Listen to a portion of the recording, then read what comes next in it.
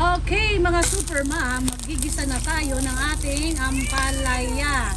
So first, naglagay ako ng konting, nagwawala ang apo ko. Ay, Diyos ko Lord. Jay, kunin mo muna. Ayan, nagano ko ng konting mantika para hindi masunog ang ating butter. Ayan. Baka makuha dyan. Ngayon, ilulunod na natin ang ating sibuyas.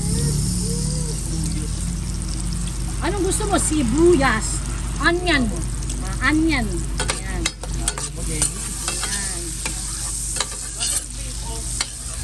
Ngayon guys, ilalabas lang natin ang aroma ng sibuyas. Ayan na. Mabango na. So, ilalabas.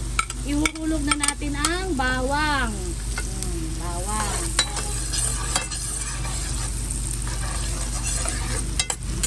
Ayan, ipa-brown lang natin ang bawang. Okay?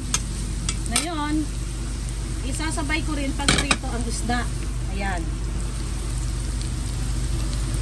Boneless bangus to guys, boneless bangus. Kasi, mga anak ko, medyo may pagkatanga-tanga sa tinik. Natitinik sila. Bukod sa takot na tinik, tamad maghimay. Oo, tamad sila maghimay. Buti na lang yung suki ko sa palengke guys, libre ako sa boneless. Kaya dapat may bayad itong boneless eh. Yan guys, ang sarap na ni Jenny.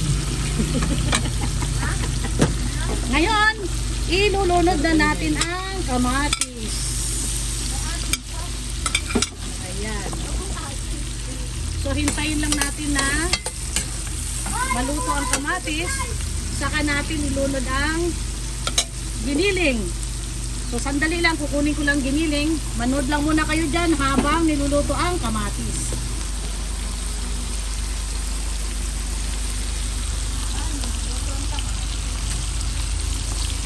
Inaulog po sa tempo.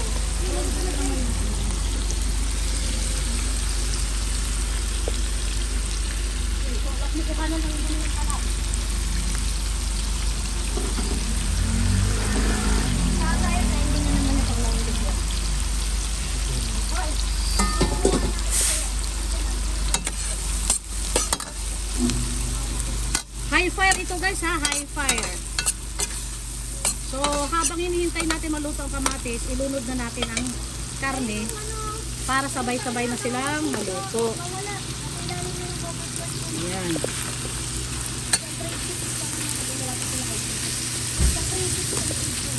Maglalagay na ako ng kunting paminta. Mga isang kutsaritang paminta. Grabe, kutsara na yun. Kunting asin. Ayan. Half Kutsara na yun, boss. Hindi oh.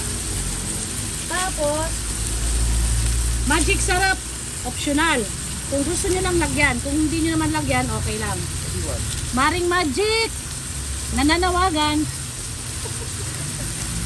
Nananawagan, Maring magic. So ngayon, hahalo-haloin lang natin. At hintayin lang natin na masangkot siya ng gusto ang baboy. Yung mag-brown na talaga ang ating baboy. Ayan. So ngayon guys, mga super mom, okay. Takpan natin para mag-isa ng gusto ang ating baboy. Babalikan natin to after 10 minutes. Okay guys.